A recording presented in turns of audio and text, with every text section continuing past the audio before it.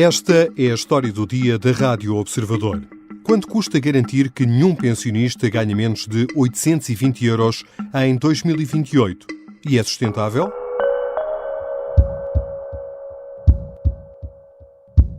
E olhamos também para os mais idosos e dizemos-lhes: contem connosco para valorizar as suas reformas. A promessa foi feita por Luís Montenegro durante o congresso do PSD do passado fim de semana. Até 2028, o rendimento mínimo garantido dos pensionistas portugueses será de 820 euros.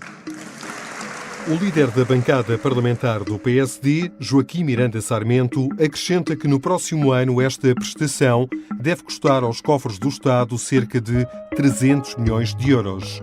Ao alargar o leque de beneficiários, qual vai ser a despesa adicional e que impacto para as finanças públicas?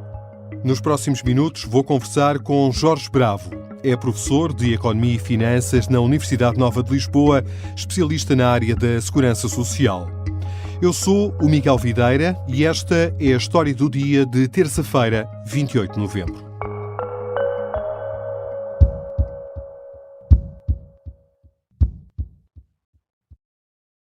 Bem-vindo, professor Jorge Bravo. O que é o complemento solidário para idosos? O complemento solidário para idosos é uma prestação mensal que é paga aos idosos que têm baixos recursos. Idosos que recebem uma pensão de invalidez ou uma pensão de velhice. E, portanto, desde que os seus recursos sejam inferiores a um determinado patamar, eles têm direito, mediante requerimento e deferimento por parte da Segurança Social, a receber um complemento. Não é? E esse complemento é a diferença entre o seu rendimento atual, não é? E o tal patamar de referência. E qual é hoje o limiar desta prestação? Em 2023, o limiar é de 488,22 euros por mês. Para 2024 já está previsto uma subida deste patamar no Orçamento de Estado para 2024, que subirá para os 550,67 euros por mês. Portanto, tem uma subida significativa no próximo ano. O que daria, no fundo, em termos anuais, 6.688 euros. No próximo ano, este ano, o valor máximo do complemento é de 5.858, repito, do complemento. Do complemento. É? Portanto, isso significa... Eu recordo que o complemento é calculado pela diferença entre o rendimento do requerente e do idoso e este patamar de referência. Não é? Nunca só seria este valor pago na íntegra se o idoso não tivesse qualquer tipo de rendimento. E quais é que são os rendimentos que entram para este cálculo? Esta prestação é sujeita à condição de recursos. O que é que isto quer dizer? Que, no fundo, antes do deferimento, são avaliados todos os recursos do idoso ou, no caso de ser um casal, do casal. Entram para o cálculo desta condição de recursos, quer as pensões, não é? Pensões de velhice ou de invalidez, que os idosos já ofiram, quer rendimentos eventuais de trabalho que ainda possam ter, rendimentos de capitais, rendimentos prediais, outros complementos ou apoios em dinheiro que já possam receber. E há depois, ainda, no caso de serem idosos com filhos, e no caso dos filhos que têm rendimentos muito elevados, é considerado também para o cálculo desse rendimento de referência uma percentagem do rendimento dos filhos. Repito, no caso dos filhos terem rendimentos elevados. Não? Mesmo que os filhos não contribuam para o rendimento mensal dos pais? Correto, no fundo, funciona como uma prestação de solidariedade intrafamiliar implícita, não é? Presume a administração que, tendo os filhos rendimentos médios altos, deveriam, no fundo, participar de forma solidária em contexto familiar para o apoio aos seus ascendentes, mesmo que eles não o façam neste momento. No fundo, a administração presume que deveria haver uma transferência intrafamiliar, não é? De apoio aos mais idosos. E quantos beneficiários é que existem deste complemento solidário para idosos e qual o valor médio paga cada beneficiário?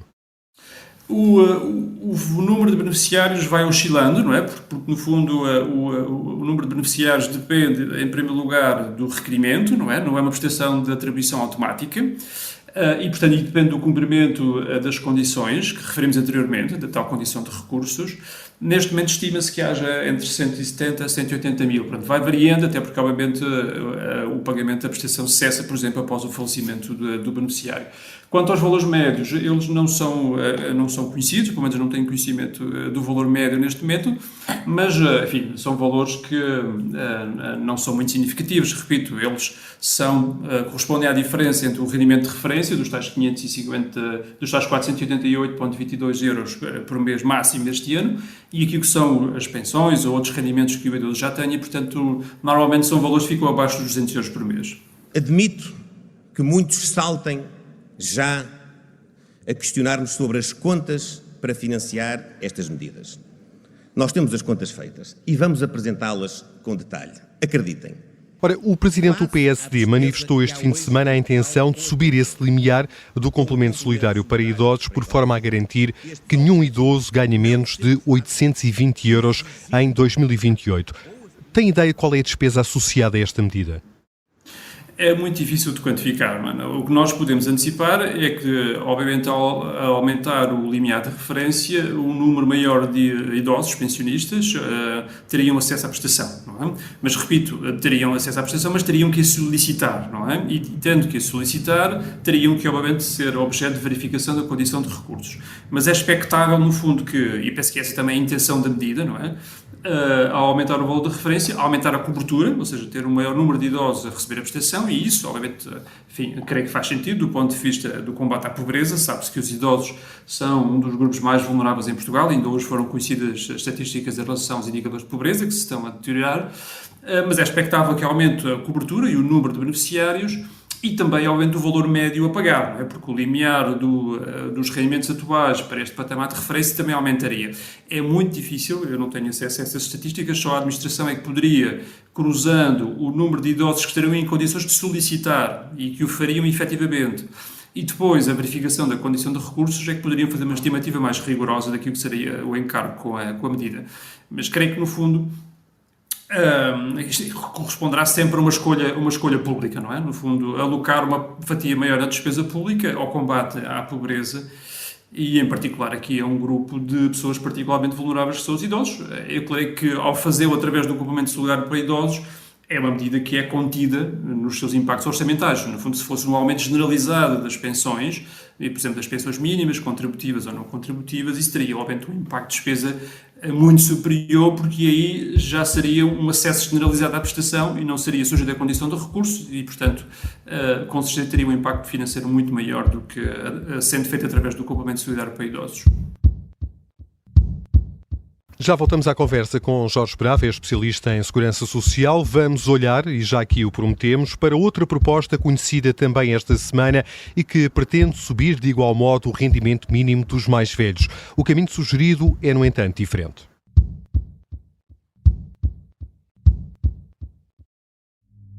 Esta é uma história de guerra. Dá-me uma catanada aqui na cabeça, abre-me a cabeça. António Lobato foi o português que mais tempo esteve em cativeiro na Guerra de África. Dizia-me assim, dá a faca.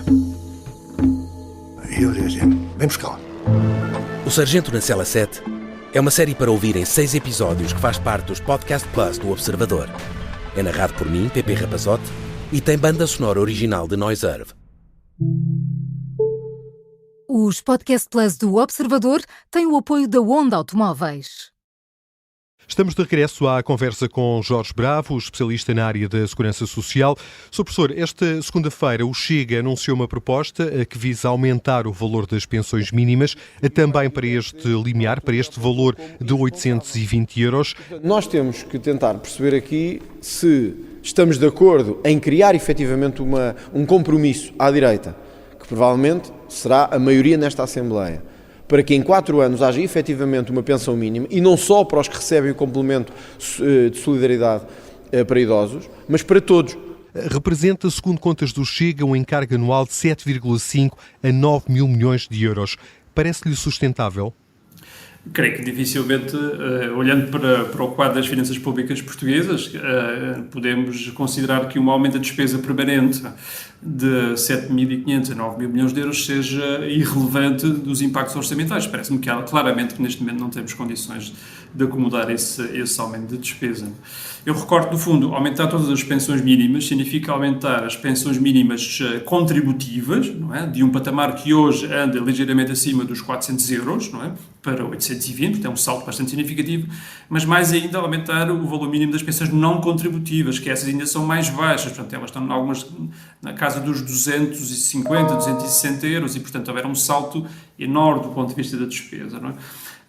Para financiar uma medida como esta, parece-me que ou um aumento brutal da carga fiscal ou então uma redução noutras rubricas da despesa. E aí, obviamente, os partidos que apresentarem medidas com este impacto orçamental têm que identificar claramente qual é a despesa que vão reduzir, se é com a saúde, se é com a educação, se é com as forças de segurança, se é com a proteção do ambiente, todas as áreas da governação pública, porque estamos a falar de 7.500 a 9.000 milhões de euros, estamos a falar quase de um aumento de 10% da despesa pública, com caráter permanente, não é sequer uma medida one-off, portanto, é uma medida que depois teria efeitos recorrentes a prazo nas finanças públicas. Portanto, parece-me que, enfim, é uma medida claramente irrealista e sem qualquer tipo de fundamentação do ponto de vista orçamental.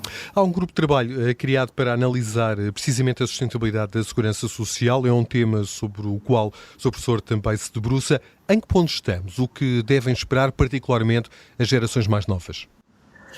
É uma boa pergunta. Este grupo de trabalho deveria ter apresentado o relatório em junho, não apresentou, pediu adiamento para o final do ano, creio que agora apresentou um segundo adiamento do prazo, para não apresentar em janeiro, apresentar após as eleições. Confesso que é uma total incógnita, não é? Portanto, aquilo que era expectável que este grupo produzisse era, em primeiro lugar, um conjunto de relatórios intermédios que promovessem na sociedade portuguesa uma discussão séria sobre a sustentabilidade do sistema de proteção social. Nós hoje já precisamos de transferências do Orçamento de Estado para financiar a parte contributiva da proteção social na ordem dos 8.000 milhões de euros, somando a Caixa Geral de Apresentações e o sistema previdencial, do regime geral da segurança social, mais toda a outra despesa não contributiva, não é? Por razões de solidariedade, combate à pobreza, etc. E, portanto, o sistema precisava de uma reflexão profunda, quer naquilo que são, no seu desenho, na sua arquitetura, na forma como está estruturado, ou seja, qual é a relação entre as contribuições e o valor das prestações, como é que se modula os choques, por exemplo, de natureza demográfica, de natureza económica, como é que se reparte o custo entre as gerações de forma equitativa, como é que se altera a forma de cálculo das prestações sociais, da idade de reforma, etc. Aquilo que era expectável que este grupo produzisse era evidência empírica e teórica que suportasse uma reforma estrutural do sistema para um modelo que o tornasse equilibrado do ponto de vista do financiamento. Repito, ele hoje já não é equilibrado do ponto de vista do financiamento, ao contrário daquilo que é a informação oficial divulgada pelo Governo, enfim, que não tem qualquer tipo de rigor, como é sabido. Ele já não é hoje um sistema que seja equitativo e justo entre gerações e, portanto, claramente isso depois gera fraturas no debate social. Eu recordo que o nosso sistema de proteção social é um sistema que financia em repartição contemporânea, portanto, são as gerações ativas que financiam a proteção social das gerações que estão a necessitar, seja por razões de desemprego, doença ou velhice. O Sr. Professor, quando diz que não é justo, significa que as gerações mais novas devem esperar receber menos do que as atuais gerações recebem? Isso já está a acontecer, porque as gerações que hoje estão a reformar já estão a receber menos do que as gerações anteriores e vai continuar assim.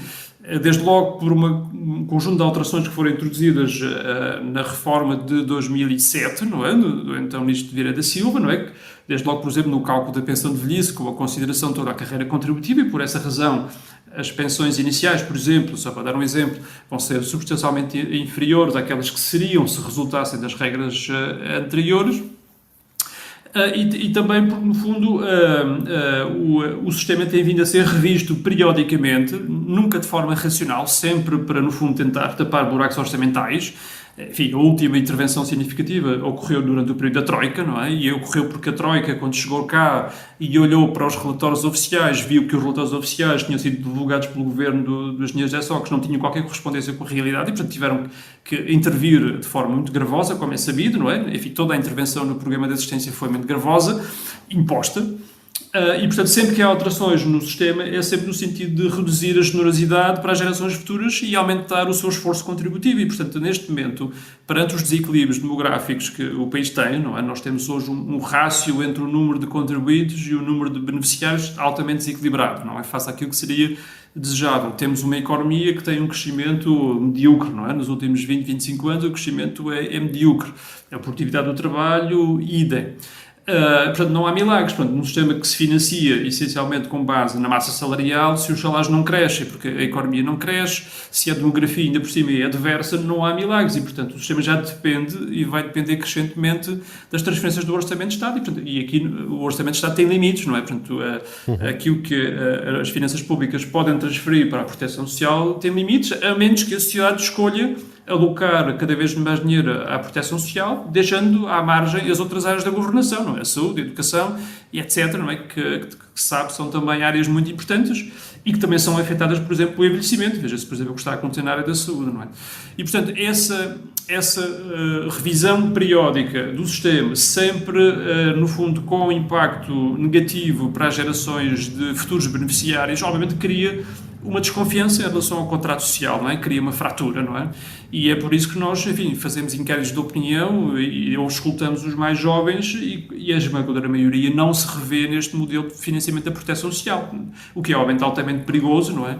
E altamente suscetível de uma manipulação populista, não é? Por parte do espectro político, no sentido de eventualmente tentar quebrar este contrato social, que é, repito, quebrar este contrato social é lançar imediatamente para a pobreza a milhões e milhões de portugueses que não têm outra fonte de rendimento que não seja, por exemplo, as prestações sociais. Não é? Sr. Professor, muito se tem falado sobre a necessidade de diversificar fontes de receita da Segurança Social. Há alguma fórmula milagrosa para lá das transferências do Orçamento do Estado?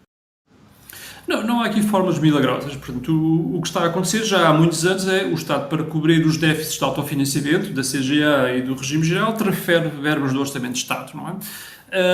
Tem nos últimos anos decidido o Governo atual criar um conjunto de receitas fiscais dedicadas à proteção social. Falo do adicional ao IMI, o Imposto Municipal de Imóveis, a consignação de uma parte do IRC, do Imposto sobre os Lucros das Empresas, também ao Fundo de Estabilização Financeira da Proteção Social ou a contribuição solidária sobre o sistema bancário. Mas, repito, são tudo, no fundo, paliativos, não é? Para cobrir o déficit que é significativo e a crescer. Estamos a falar de, repito, um déficit de cerca de 8 mil milhões de euros ao ano, que tem que ser coberto por transferências do Orçamento de Estado, e a via de criar impostos ad hoc, taxas adicionais, complementos, não me parece que seja uma via sustentável a prazo, para além de gerar destruição no sistema económico. Não é? Sempre que eu crio uma taxa específica, isso vai distorcer determinado setor da atividade económica. Veja-se, por exemplo, o caso do adicional ao IMI. Qual foi o efeito? O efeito foi, uma vez mais, o que é encarecer o custo das casas, não é? No fundo, a contribuição extraordinária sobre o setor bancário não foi paga pelo sistema bancário e ela depois é transferida para os clientes do sistema bancário, não é? No fundo, através de maiores comissões e custo pelos serviços prestados pelo sistema bancário. Portanto, enfim, o Governo, a pretexto de cobrir este déficit, chama-lhe de diversificação das fontes de financiamento, mas na prática, no fundo, é criar impostos adicionais, no fundo, é mais impostos. E eu creio que seria mais correto financiar esse diferencial através do Orçamento de Estado, onde estão todas as fontes de receita fiscal, rendimentos de trabalho, rendimentos de capitais, rendimentos de propriedade, etc., em vez de estar à carta, não é, à la carte, a criar impostos especiais ou específicos ou adicionais a impostos que acabam por gerar destruição, acabam por gerar imprevisibilidade económica e não resolvem o problema, como se viu, não é? Não foi o facto de termos criado estes adicionais ao IMI ou ao IRC que resolveu o problema de financiamento da proteção social. Antes, pelo contrário, no fundo, ele continua a aumentar porque os determinantes desse déficit, o envelhecimento, o crescimento fraco da economia, a subdeclaração de rendimentos, o aumento da economia informal, esses não foram resolvidos pela criação destes impostos adicionais. A ver, vamos as soluções que vão ser anunciadas pela Comissão criada precisamente para analisar a sustentabilidade da Segurança Social. Professor Jorge Bravo, obrigado. Muito obrigado pelo convite.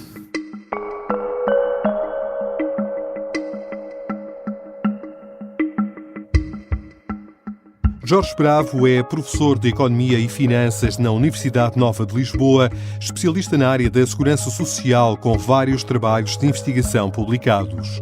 Esta foi a história do dia. A sonoplastia é do Bernardo Almeida, a música do genérico do João Ribeiro. Eu sou o Miguel Videira. Até amanhã.